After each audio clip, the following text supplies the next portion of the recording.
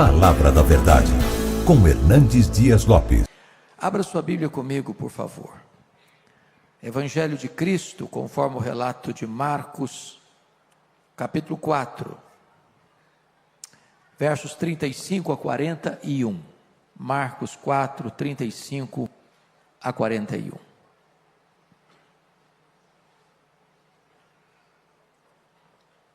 Peço sua gentileza de, após a leitura do texto, não fechar sua Bíblia ou não desligar o texto bíblico aí no seu smartphone. Está escrito assim: naquele dia, sendo já tarde, disse-lhes Jesus: passemos para outra margem. E eles, despedindo a multidão, o levaram assim como estava no barco, e outros barcos o seguiam. Ora, levantou-se grande temporal de vento, e as ondas se arremessavam contra o barco, de modo que o mesmo já estava a encher-se de água. E Jesus estava na popa, dormindo sobre o travesseiro. Eles o despertaram e lhe disseram: Mestre, não te importa que pereçamos?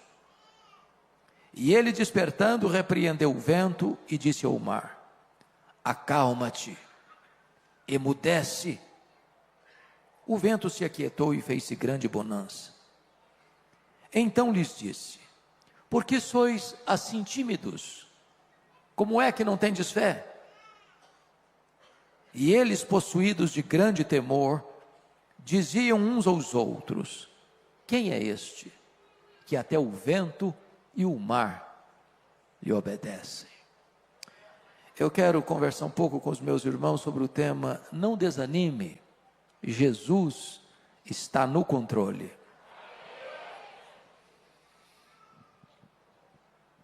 A título de introdução, eu quero fazer 4 declarações. A primeira declaração é que as tempestades da vida existem e elas são inevitáveis.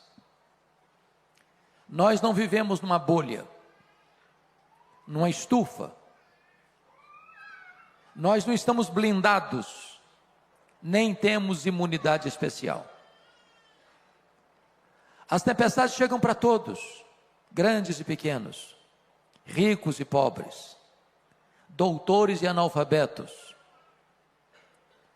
empresários e empregados, governantes e governados, crentes e descrentes. Se você está passando por uma tempestade, você não é uma exceção. Você está enfrentando a experiência mais democrática da vida. Segunda declaração: as tempestades são imprevisíveis. Elas chegam de súbito, sem aviso prévio, nos colhem de surpresa e às vezes põem a nossa vida de ponta cabeça. É um acidente grave, é uma doença súbita, é um divórcio doloroso, é um luto traumático, é uma rasteira do sócio da empresa, é uma frustração amorosa, é um filho que se envolveu com más companhias e acabou se capitulando às drogas, transtornando a saúde emocional da família.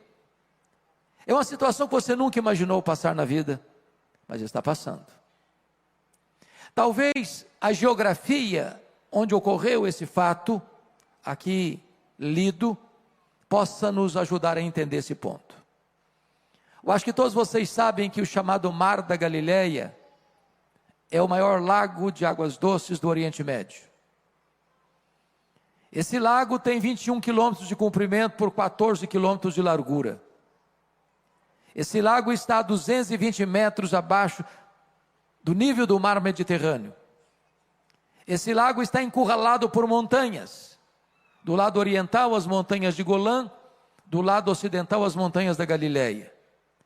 No extremo norte de Israel, não muito distante dali, fica o monte mais alto da nação, o Monte Hermon, cujo cimo sempre coberto de gelo. De vez em quando acontece um fenômeno ali. Os ventos gelados descem dessa montanha, e encurralados pelos montes, batem na superfície do lago e às vezes sol a pino. Dia claro, começa uma tempestade de vento. É possível que tenha sido isso que ocorreu aqui. Eles entram no barco, não há nenhum sinal de tempestade à vista. Enquanto navegam, eu estou falando parte norte do lago, não demoraria 1 hora para navegar, a tempestade os colhe de surpresa.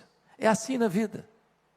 Às vezes você sai de casa, como um dia qualquer, para ir para o trabalho, para levar seu filho na escola, e acontece um fato que pode mudar a sua história. As tempestades são imprevisíveis.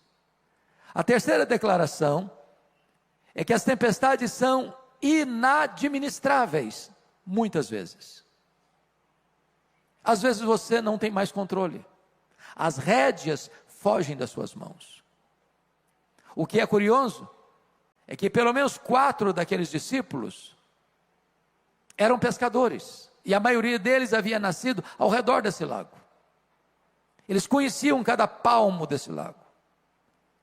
Ali era o local do seu ganha-pão. Já tinham enfrentado certamente outras tempestades, e certamente conseguido alcançar sucesso no enfrentamento da crise. Mas agora eles não conseguem. A crise é medonha, o mar está revolto, as ondas açoitam com fúria desmesurada o barco frágil. O barco está rodopiando no meio do mar. A morte está mostrando para eles a sua carranca. Eles não conseguem resolver o problema. Às vezes na vida também é assim. Situações outrora pequenas, que você conseguia administrar, resolver, não consegue mais. Quantos de nós pastores aqui já ouvimos isso? Pastor, a pessoa com quem me casei é outra pessoa. É uma pessoa estranha. Eu não compreendo mais. Eu não entendo mais. Tornou-se uma pessoa dura, cáustica, tóxica. É assim na vida. Às vezes os problemas parecem insanáveis, insolúveis. As crises chegam e nós não conseguimos administrá-las. Mas a quarta verdade, a título de introdução, é consoladora. As tempestades são também pedagógicas. E isso significa que nós cremos que Deus é soberano. Nós não cremos em acaso. Nós não cremos em sorte. Nós não cremos em azar. Nós não cremos em determinismo cego. Nós não cremos em misticismo. Nós não cremos em olho gordo. Nós não cremos em macumba para crente. Nós cremos que a mão de Deus dirige o nosso destino. Se você está passando por uma tempestade, não é porque Deus está longe, não é porque Deus está indiferente, não é porque Deus não gosta de você, não é porque Deus foi pego de surpresa. Se você está passando por uma tempestade, é porque Deus tem um propósito nisso. As tempestades não vêm para nos destruir, vêm para tonificar as musculaturas da nossa alma. Elas não vêm para nos reprovar, elas vêm para nos provar e nos aprovar. As tempestades têm o propósito de nos colocar mais perto de Deus. Dito isto, à guisa de introdução, vamos à análise do texto. O contexto desta passagem é que Jesus passara todo aquele dia ensinando as parábolas do reino. E se você já deu aulas, pregou ou ensinou um dia inteiro, ao final do dia você está exausto. E então já era tarde quando Jesus entrou no barco com os discípulos e disse para eles: passemos para outra margem. E ele pegou um travesseiro, foi para a popa do barco, deitou e dormiu. Ele era perfeitamente homem. E enquanto Jesus dormia, e enquanto o barco deslizava pelas águas esmaltadas do lago de Genezaré, o mar da Galileia, chega a tempestade subitamente. E eu fico até imaginando Pedro dizendo para os seus colegas assim: vamos deixar o mestre descansar. Nós temos conhecimento, nós temos experiência, nós temos know-how, nós temos expertise, nós resolveremos o problema. Mas não conseguem. quando haviam já baldados todos os esforços, diante da carranca da morte, o barco enchendo-se de água, eles recorrem a Jesus, no verso 38, com uma pergunta em tom de censura: Mestre, não te importa que pereçamos? E o texto diz que Jesus se desperta, repreende o vento, repreende o mar e diz: acalma, sossega.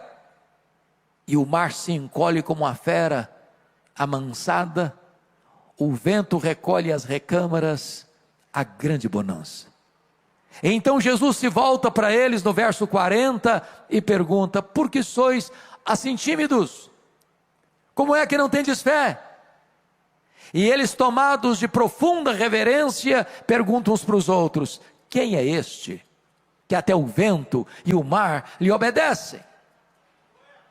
Se vocês perceberam comigo, este texto está regido por 3 perguntas. Verso 38, a pergunta dos discípulos a Jesus. A segunda pergunta, verso 40, é a pergunta de Jesus aos discípulos. O verso 41, a terceira pergunta, é a pergunta entre os discípulos.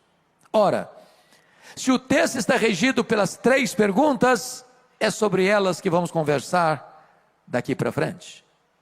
Vamos então à primeira pergunta: Mestre, não te importa que pereçamos? Esta é a sua pergunta. Esta é a minha pergunta. Esta é a nossa pergunta. Nas horas mais difíceis da vida, nas madrugadas mais escuras da alma, nos vales mais profundos da nossa jornada, nas horas mais difíceis da nossa vida, quando as lágrimas rolam quente pela nossa face, quando as nossas forças se acabam, quando a morte nos espreita, quando a situação é irremediável, quando nós não sabemos mais o que fazer, quando nós já empregamos todo o nosso conhecimento e toda a nossa experiência e o problema só se agrava, quando você ora por um enfermo e a doença se agrava, quando você ora pela conversão de um marido ou de uma esposa e a pessoa se torna mais dura ainda, quando você ora por um filho e você não vê o sinal da transformação na vida dele, quando você acha que você não tem mais o que fazer, você recorre também a Jesus com esta mesma pergunta. Mas esta pergunta não é uma pergunta apenas, é uma censura. O que os discípulos estão dizendo é o seguinte: o Senhor não vai fazer nada? Vais continuar dormindo? Não estás percebendo o nosso perigo?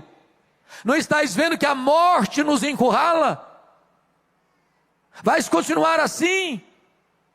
Não percebes que nós precisamos de socorro, de ajuda? A grande pergunta, irmãos, no texto é esta: por que esses discípulos estão fazendo uma pergunta para Jesus em tom de censura? Em outras palavras, o que é que não está bem resolvido na cabeça deles? Primeiro, o que não está bem resolvido na cabeça deles é a palavra de Jesus do verso 35: passemos para outra margem. E agora estão enfrentando uma tempestade, porque na nossa cabeça, no nosso imaginário, se nós estamos andando com Jesus, se nós estamos fazendo o que Jesus nos mandou fazer, vai dar tudo certo. Não tem tempestade, não tem crise, o mar vai estar esmaltado, vai ser uma viagem de céu de brigadeiro, não vai ter nenhum problema. Aqueles que nasceram num berço cristão, como eu, se lembram daquele cântico que aprendemos lá na infância: com Cristo no barco tudo vai muito bem, vai muito bem, vai muito bem. Com Cristo no barco tudo vai muito bem. O problema é que Jesus está no barco e não está nada bem. Esse é o problema. Você é crente, você é gente de Deus, você é dizimista fiel, você é um ofertante generoso, você é um crente comprometido e está passando por uma baita de uma tempestade. Parece que isso gera uma angústia na nossa alma e uma tristeza profunda no nosso coração. Mestre, não te importas? Por que eles estão fazendo essa pergunta em tom de censura? Segundo lugar, porque eles não conseguem entender ou conciliar o fato da urgente necessidade deles com a demora de Jesus. Jesus está dormindo dentro do barco. Quem está dormindo não está agindo. Tem hora, meus amados, que a demora de Deus nos aflige mais do que a própria tempestade. Tem hora que o silêncio de Jesus grita mais alto nos ouvidos da nossa alma que o barulho mais ruidoso das circunstâncias mais adversas. Eu fico imaginando, pastor Marcos, que a maior angústia de Marta e de Maria não foi a doença do Lázaro, foi a demora de Jesus. Porque a Maria estava com a teologia muito boa ao mandar um recado para Jesus. Ela não disse assim: Senhor, cancela a tua agenda aí, corra para cá, eu tenho necessidade urgente, precisamos do Senhor, venha logo. Não foi esse o recado. Mestre, está enfermo aquele a quem amas. Senhor, está enfermo aquele a quem amas. Não precisa falar mais nada. Quem ama tem pressa em socorrer a pessoa amada. Agora eu queria que você compreendesse comigo um ponto. Marta morava em Betânia e Jesus estava ensinando num local que era 35 quilômetros dali. Um dia de viagem, a pé.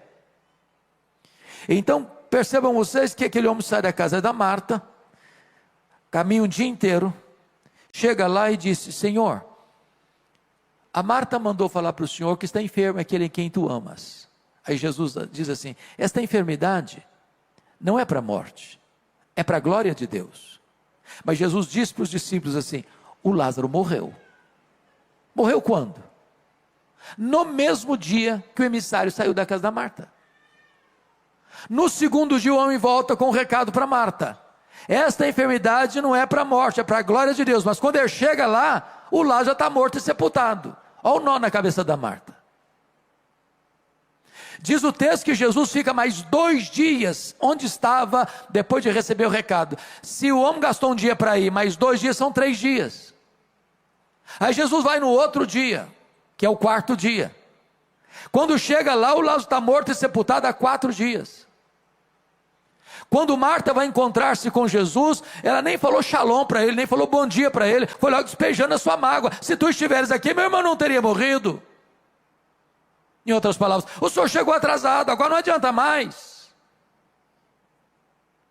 A grande pergunta dos judeus era esta: por que não impediu que Lázaro morresse? Ele tinha curado tanta gente, ou pelo menos algumas pessoas à distância, por que não curou Lázaro?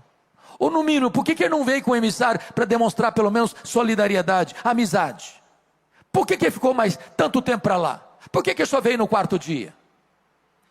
É porque havia uma crença entre os rabinos que um morto podia ser ressuscitado pela ação humana, como aconteceu com Elias e Eliseu, até o 3º dia do morto. Era a crença deles.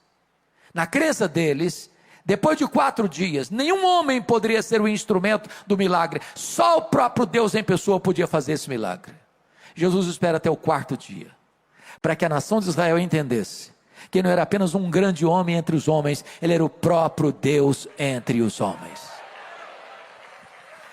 Eu quero dizer para você nesta noite, nesta tarde, que Jesus não chega atrasado. No tempo de Deus ele chega, na hora certa ele chega. Se ele parece atrasado, é porque está preparando algo maior e melhor para a nossa vida. Ele nunca desampara aqueles que nele esperam, ele trabalha para aqueles que nele confiam. Ele chega na hora certa. Então diz o texto, que diante da pergunta em tom de censura, Jesus se levanta, se desperta e diz para o mar: acalma. Diz para o vento: sossega. Eu quero dizer para você que o mar tem ouvidos, que o vento escuta a voz do Criador, que a natureza obedece à voz do Criador. Ele deu uma ordem e o universo aparece. Ele deu uma ordem e o sol para. Ele deu uma ordem e as estrelas aparecem. Ele deu uma ordem e o vento cessa. Ele deu uma ordem e o mar se acalma. Ele deu uma ordem e a enfermidade tem que ir embora. Ele deu uma ordem, os demônios têm que bater em retirada. Ele deu uma ordem e os anjos saem para obedecê-lo. A sua voz é poderosa. A sua voz despedaça os cedros do Líbano. A sua voz faz tremer o deserto. E a sua voz está ecoando aqui nesta tarde. A sua voz é poderosa. Agora, é Jesus quem pergunta, no verso de número 40, por que sois assim tímidos? Como é que não tendes fé? O que eu acho incrível é que há dois relatos de Jesus acalmando a tempestade registrados nos evangelhos. O primeiro é esse fato aqui. Primeiro Jesus acalma a circunstância para depois acalmar os discípulos.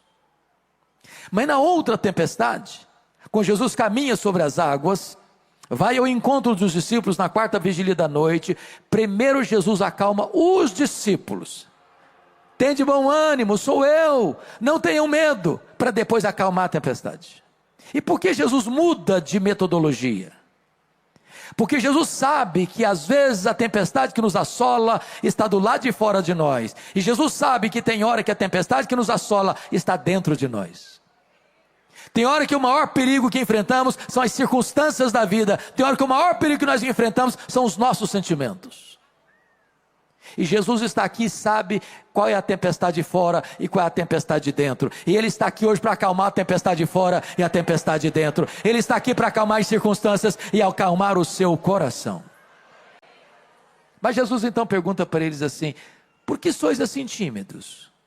Por que vocês estão com medo? Por que vocês não têm fé? Agora pense comigo, transporte-se para aquela data, para aquela circunstância, para aquele momento. Você estaria com medo? É um barco frágil, está à noite, o mar revolto, o barco se enchendo d'água, a morte mostrando a carranca para eles. E Jesus pergunta assim: por que vocês estão com medo? Como é que vocês não têm fé? Você estaria com medo? Eu só fiz, pastor Mark, um cruzeiro de navio grande na vida. Fiz vários cruzeiros pequenos. Navio grande só fiz uma vez. E prometi a mim mesmo nunca mais fazer outro na vida. Meus irmãos, foi uma coisa horrorosa. Saiu de Santos para as praias do interior do Rio, um congresso a bordo. Todo mundo naquele navio ficou nauseado. Ondas de 5 metros.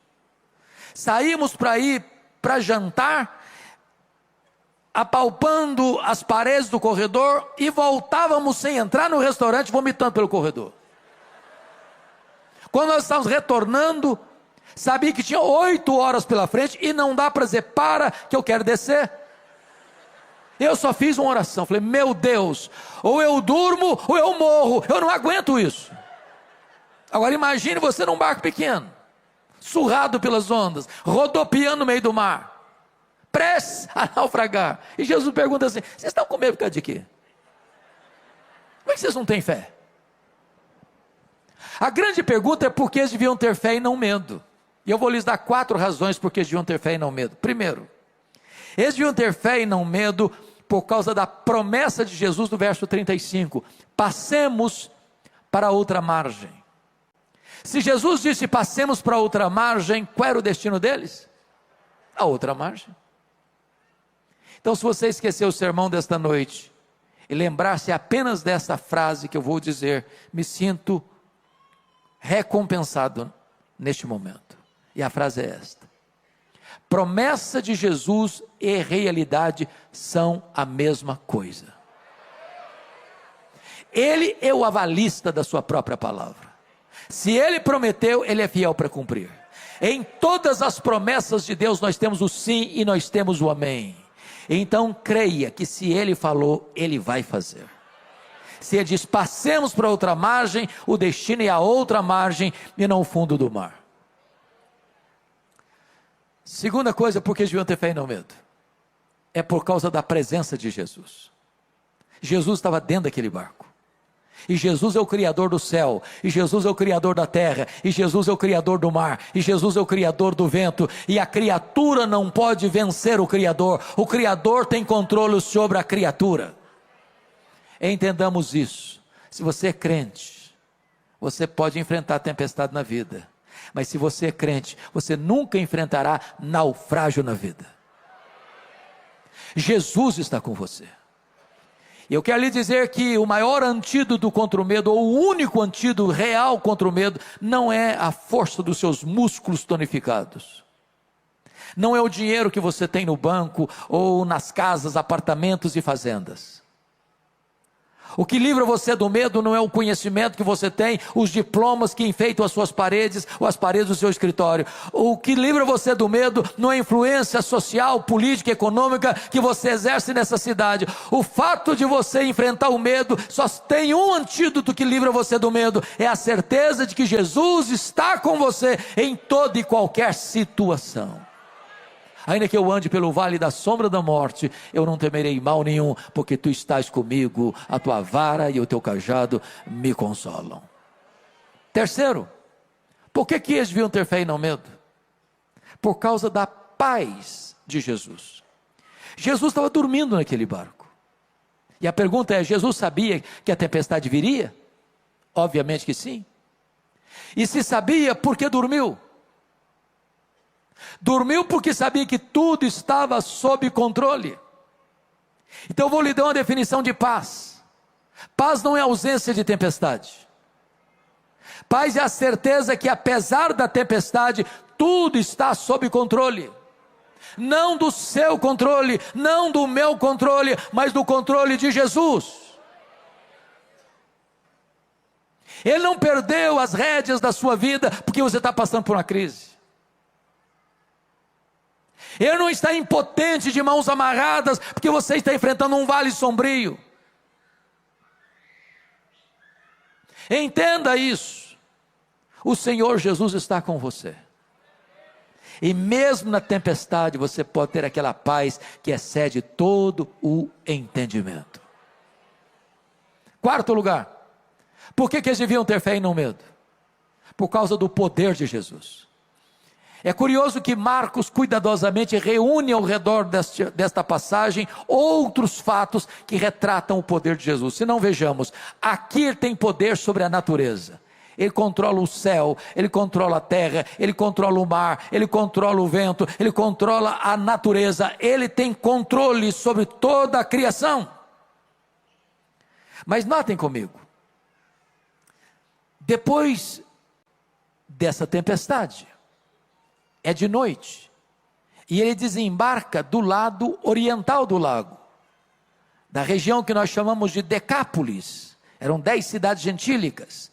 Aqui ficava a cidade de Gadara, e nessa região que nós chamamos hoje de montanha de Golã, quando eles chegam tem um despenhadeiro, e no despenhadeiro tem um cemitério, e tudo que você espera não ver de noite dentro de um cemitério é gente viva. E lá tem um homem vivo, nu, violento, gritando de noite e de dia entre os sepulcros, tomado por uma legião de demônios, 6.000 demônios. Legião é a corporação romana de 6.000 soldados, a mais temida máquina de guerra do Império Romano. Por onde passava uma legião, tudo destruía, tudo devastava. Tem dentro de um único homem 6.000 demônios. Aquele homem é foragido da lei, as algemas não podem prendê-lo mais. Aquele homem é enjeitado da família, aquele homem é um pária da sociedade, aquele homem não tem mais espaço entre os vivos, por isso mora entre os mortos. Mas no reino de Deus não tem lata de lixo. No reino de Deus não tem gente descartável. Jesus viaja aquela noite para um lugar terrível como aquele, porque foi para lá para libertar aquele homem do poder dos demônios, para transformar a vida dele, para libertar a vida dele, para salvar a vida dele e para fazer dele um missionário, porque Jesus tem poder sobre a natureza, ele tem poder sobre os demônios. Ele manda no céu, ele manda na terra e ele manda no inferno. Louvado seja o seu nome. Mas quando Jesus retorna para Cafarnaum, à beira do lago, onde ele adotou como sua cidade, quartel-general do seu ministério, tinha uma multidão esperando por Jesus. E no meio dessa multidão tem uma mulher doente, há 12 anos sofrendo com hemorragia crônica, que já havia despendido todos os seus recursos e não conseguiu lograr qualquer êxito no tratamento. E essa mulher pensou: se eu apenas tocar a orla das vestes de Jesus, eu ficarei livre do meu mal. Essa mulher é anônima, ela é incógnita e precisa ser, porque ela é impura, cerimonialmente falando. Ela não pode frequentar o templo, ela não pode frequentar a sinagoga, ela não pode ir nas festas. Em quem ela tocar, a pessoa fica impura. Ela se esgueira no meio da multidão, pensando: se eu apenas tocar na orla das vestes de Jesus, eu ficarei livre do meu mal. E agora notem, que em vez do impuro tocar o puro, e o puro ficar impuro, o impuro toca o puro, e o puro purifica o impuro, e a mulher fica curada. A hemorragia é estancada. O milagre acontece, sabe por quê? Porque Jesus tem poder sobre a natureza, Jesus tem poder sobre os demônios, e Jesus tem poder sobre as enfermidades. A última palavra não é da ciência, a última palavra não é da medicina, a última palavra é do Senhor Jesus.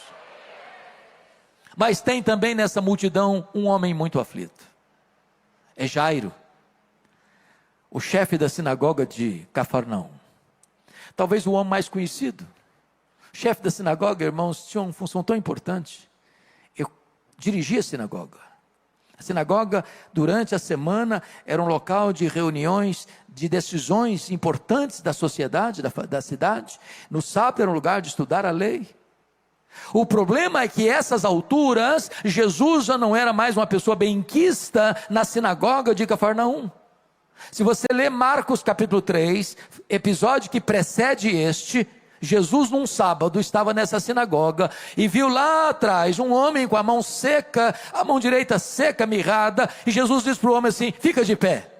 Jesus diz para o homem assim: vem para o meio. Jesus diz para o homem assim: estenda a tua mão, e um milagre aconteceu. E lá estavam os escribas, lá estavam os fariseus, e eles saíram dessa sinagoga para se unir aos arqui-inimigos deles, com os herodianos, para matarem Jesus. Jairo sabia que ir a Jesus era ficar numa situação de muito desconforto com a liderança espiritual de Israel, mas ele é um pai, e ele tem uma causa urgente. A sua única filha de 12 anos está morrendo. E ele chega para Jesus no meio dessa multidão e diz: Senhor, vamos comigo na minha casa, para o Senhor impor as mãos sobre a minha filha, para ela ficar curada. E Jesus: vamos, Jairo. E Jesus começa a caminhar com Jairo para a casa dele, quando surge o episódio da mulher hemorrágica. E Jesus diz assim, e para, e diz: alguém me tocou. Os discípulos, regidos por uma lógica irretocável, dizem: mas Senhor, está todo mundo te empurrando, está todo mundo te encostando, não faz sentido a tua pergunta: alguém me tocou? Está todo mundo te tocando. E Jesus: não, alguém me tocou, porque senti que de mim saiu o poder. Tem muita gente que encosta em Jesus, mas poucas pessoas tocam em Jesus pela fé. E eu fico imaginando a angústia do Jairo, porque Jesus para atender a mulher. E eu imagino o Jairo dizendo: Jesus, vamos embora, vamos logo, Senhor, vamos logo, eu tenho urgência, Jesus, vão comigo, Jesus, vão comigo, o Senhor já resolveu o problema dessa mulher, vão comigo. E enquanto Jesus está ali atendendo a mulher, chega alguém da casa do Jairo e diz: não incomodes mais o mestre, não, a tua filha acabou de morrer. Eu acho que o mundo desabou na cabeça do Jairo. E Jesus olha para ele com ternura e disse: não temas, Jairo, crê somente. Quando Jesus chega na casa do Jairo, lá estava o coral da morte, mas entra sobranceiro e vitorioso o solo da ressurreição. E Jesus entra no quarto da menina e fala na língua materna dela, o aramaico, naquela linguagem que uma mãe diz para a menina adolescente que tem dificuldade de levantar de manhã para ir para a escola: Talita cumi, menina, está na hora de despertar, está na hora de levantar. E a morte solta as garras da menina e ela ressuscita, porque Jesus tem poder sobre a natureza, Jesus tem poder sobre os demônios, Jesus tem poder sobre as enfermidades, e Jesus tem poder sobre a morte. Ele mesmo entrou nas entranhas da morte, arrancou o aguilhão da morte, matou a morte e ressuscitou, inaugurando a imortalidade. Ele é a ressurreição e a vida, e se você crer nele nesta noite, você nunca morrerá eternamente, mas passou da morte para a vida. Mas agora, vem a terceira pergunta do texto, verso 41. É a pergunta agora entre os discípulos. Eles estão tomados de muito espanto. Eles estão olhando uns para os outros, todos molhados, porque o barco está se enchendo d'água. E pergunta assim: quem é este? Que até o vento e o mar lhe obedecem. Que pergunta emblemática. E você e eu poderíamos responder esta pergunta nesta noite. Este é aquele que com o Pai e o Espírito Santo, nos refólhios da eternidade, antes da criação do mundo, entrou num plano eterno, que não pode ser frustrado, incluindo a sua, a minha, a nossa vida, a Family Church, antes da fundação do mundo. Este é aquele que criou todas as coisas, porque a Bíblia diz que todas as coisas foram criadas por ele, e sem ele nada do que foi feito se fez. Quem é este? Este é aquele que sustenta todas as coisas pela palavra do seu poder. Quem é este? Este é a semente da mulher que nasceu para esmagar a cabeça da serpente. Quem é este? Este é o descendente de Abraão, em quem todas as famílias da terra são abençoadas. Quem é este? Este é o Cordeiro da Páscoa, cujo sangue vertido, colocado no batente das portas, livrou os primogênitos de Israel da morte no Egito. Quem é este? Este é aquele que é representado pela coluna de nuvem que guiava o povo de dia, pela coluna de fogo que guiava o povo de noite. Quem é este? Este é aquele que é simbolizado pelo maná que caía do céu, pela água que brotava da rocha. Quem é este? Este é aquele que é representado pelo tabernáculo. Este é aquele que é representado pela arca da aliança. Este é aquele que é representado por aquilo que estava dentro da arca, as tábuas da lei, o vaso com maná, a vara seca de Arão que floresceu. Quem é este? Este é aquele que é representado pelo templo. Este é aquele que é representado pelas festas. Este é aquele que é representado pelos sacrifícios. Este é aquele que é representado pelo sábado. Tudo era sombra dele. Ele é a realidade. Quem é este? Este é a estrela da manhã. Este é o sol da justiça. Este é o maravilhoso conselheiro. Este é o Deus forte. Este é o Pai da eternidade. Este é o príncipe da paz.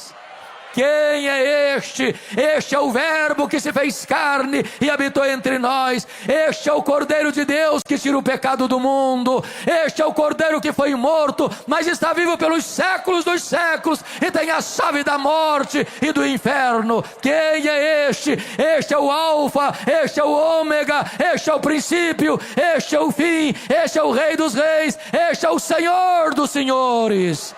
Quem é este? Este é o fundamento da igreja, este é o dono da igreja, este é o edificador da igreja, este é o protetor da igreja. Quem é este? Este é aquele que andou por toda parte fazendo o bem, libertando os oprimidos do diabo. Os cegos viram, os surdos ouviram, os mudos falaram, os coxos andaram, os leprosos foram purificados, os mortos ressuscitaram. Quem é este? Este é o grande, é o sol, este é o pão da vida, este é a luz do mundo, este é a porta das ovelhas, este é o bom pastor, este é a ressurreição e a vida, este é o caminho e a verdade e a vida, este é a videira verdadeira. Quem é este? Este é aquele que, sendo Deus, não julgou como usurpação o ser igual a Deus, antes a si mesmo se esvaziou, assumindo a forma de servo e humilhou-se até a morte, e morte de cruz, pelo que o Pai o exaltou sobremaneira. Ele deu o nome que está acima de todo nome, para que ao nome de Jesus se dobre todo o joelho, nos céus, na terra e debaixo da terra, e toda língua confesse que Jesus Cristo é o Senhor, para a glória de Deus Pai. Quem é este? Este é o amado da nossa alma, este é a nossa alegria, este é a nossa paz, este é a nossa justiça, este é a nossa herança. Quem é este? Este é aquele que por amor de nós sangrou no Getsêmane, este é aquele que por amor de nós foi cuspido e esbordoado no sinédrio judaico, este é aquele que por amor de nós foi vilipendiado e espancado no pretório romano, este é aquele que por amor de nós caminhou pelas ruas de Jerusalém, debaixo de um lenho maldito, debaixo da maldição do pecado que era nosso. Este é aquele que por amor de nós morreu na cruz pelos nossos pecados, foi sepultado, mas ressuscitou para a nossa justificação. Quem é este? Este é aquele que voltou para o céu, este é aquele que derramou o Espírito Santo sobre a igreja, este é aquele que está sentado no trono, este é o nosso grande sumo sacerdote, este é o advogado justo, este é aquele que levanta reis e depõe reis, este é aquele que dá vida e é aquele que tira a vida, é aquele que exalta, é aquele que humilha, é aquele que põe no trono, é aquele que faz apiar do trono. Quem é este? Este é aquele que vai voltar para buscar a sua igreja, vai voltar pessoalmente, vai voltar visivelmente, vai voltar repentinamente, vai voltar inesperadamente, vai voltar inescapavelmente, vai voltar gloriosamente. Quem é este? Este é o juiz de vivos e de mortos. Este é aquele que vai se sentar no trono e vai separar uns para a sua direita, outros para a sua esquerda. Vai dizer para uns: apartai-vos de mim, malditos, para o fogo eterno preparado para o diabo e seus anjos. Mas vai dizer para as suas ovelhas: vinde, benditos de meu Pai, entrem na posse do reino que vos está preparado desde a fundação do mundo. Quem é este? Este é a lâmpada do céu. Este é aquele a quem vamos servir, a quem vamos glorificar, com quem vamos reinar. Este é aquele que é a nossa alegria, é a razão da nossa vida, é o amado da nossa alma, aquele que está dizendo para você nesta noite: você não precisa ter medo, você precisa ter fé. A este Jesus a honra, a este Jesus a glória, a este Jesus do domínio, a este Jesus o poder, agora e pelos séculos eternos. Aleluia, aleluia, amém. Esse Jesus está aqui hoje. Esse Jesus está presente aqui nesta noite. Esse Jesus quer acalmar as tempestades da sua alma.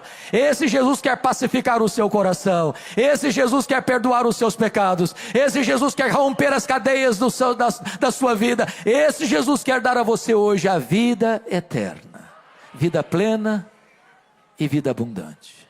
Feche os seus olhos por um instante. Feche os seus olhos por um instante. Eu quero orar em seu favor. Você não veio aqui hoje por acaso. O próprio Deus trouxe você nesta tarde, nesta noite, a esta casa. Eu não sei como você entrou aqui hoje. Quais são as suas tempestades? Quais são as suas dores? Quais são as suas angústias? Mas Ele está aqui. Ele está aqui para curar o enfermo, para libertar o cativo, para acalmar a tempestade da sua alma. Ele está aqui para levar você ao porto seguro e divinal. Ele está aqui para mostrar para você o seu poder, acalmar o seu coração e acalmar as circunstâncias da sua vida. Ele é o todo-poderoso Deus. Ele tem controle sobre a natureza, sobre os demônios, sobre as enfermidades, sobre a própria morte. Não há problema que Ele não resolva. Não há crise que Ele não reverta. Não há vida tão difícil e complicada que Ele não restaure e transforme. Não há casamento tão doente que Ele não cure. Não há família sem solução. Jesus está aqui. E Ele é o mesmo ontem, hoje, eternamente o mesmo. E se você hoje precisa deste milagre de Jesus na sua vida, onde você estiver, fique de pé, eu quero orar em seu favor. Se você precisa desse milagre na sua vida, nesta noite, eu quero orar por você.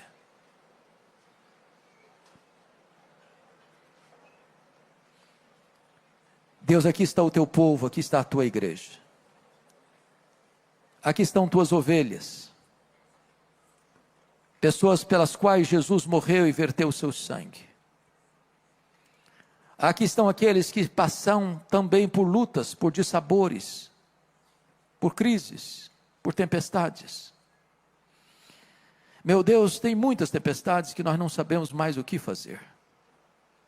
Os nossos esforços já foram todos empregados e não conseguimos ver nenhuma saída. Mas tu estás aqui nesta noite e tu és poderoso para mudar esse cenário, para mudar o placar do jogo, para virar a mesa da nossa história e para trazer para nós livramento, restauração. Que agora, meu Deus, o barco da nossa vida possa singrar as águas, ainda que revoltas, para chegar no porto divinal. Nós cremos que tu estás no controle da nossa vida.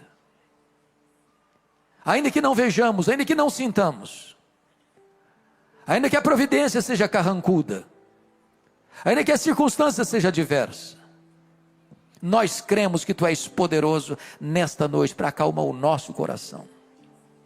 E tu és poderoso para acalmar as circunstâncias da nossa vida. Em nome de Jesus, visita cada coração. Temos plena consciência que só conseguimos falar aos ouvidos, mas o teu Espírito tem poder para falar ao coração. Faz isso, Senhor. E te daremos a honra, a glória e o louvor, agora e para sempre. Em nome de Jesus. Aleluia.